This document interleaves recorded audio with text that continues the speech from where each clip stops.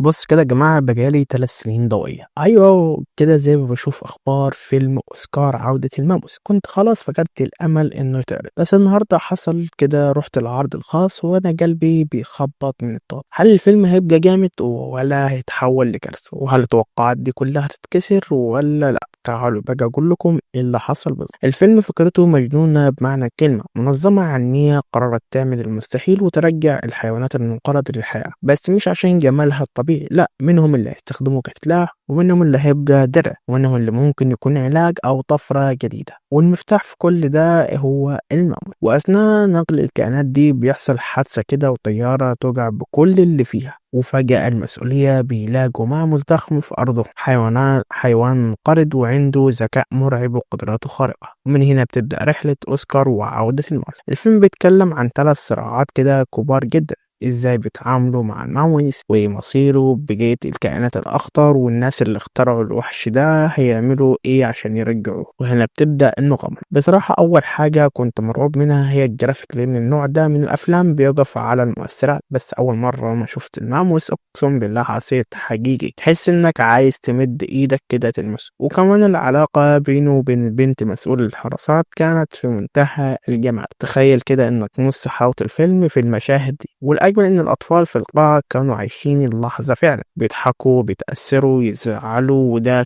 من أكتر الحاجات اللي خلتني أحترم الفيلم ده، لأنه نجح من يلم الجمهور كله، أطفال وكبار. نيجي بقى للعيوب. CGI المؤثرات كان ممكن تبقى أقوى شوية في مشاهد المطارات الأولى، بس في مشاهد الماموس نفسه لأ، حاجة عالمية فعلا. وكمان القصة فيها شوية تفاصيل متوقعة كده، بصراحة ما بوظفش متعة الفيلم خالص، لأن الإخراج حلو والإيقاع سريع والمغامرة شداني للآخر. وأكتر لقطة فرحتني فكانت على الريد كرافت كده، مش علشان نجوم أو مشاهير، لكن عشان شباب مصريين وصناع الفيلم واقفين بيعيطوا من الفرح. تعبهم شاف النور، وكل الناس كانت بتسقف ليهم من قلبها. في النهاية كده، أوسكار عودة الماموس تجربة مصرية محترمة وجميلة وخفيفة وممتعة، تستاهل اكتشاف مع العيلة. فأنت لازم تجهز نفسك كده لمغامرة مصرية بطعم عالمي. ونصيحتي ليك في الآخر: خد أولادك أو أخواتك وشوف الفيلم، هتحبوه جدا جدا. وبس كده، سلام.